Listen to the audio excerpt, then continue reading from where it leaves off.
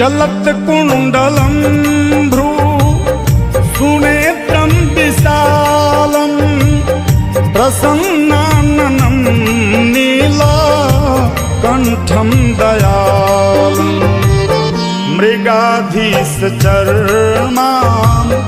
वरं मुण्डमालं प्रियं शङ्करं सर्वनाथं भजामि।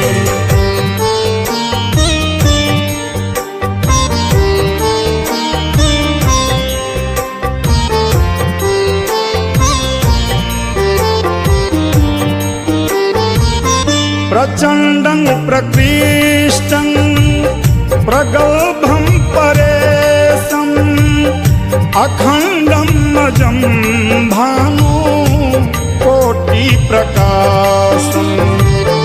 त्रयः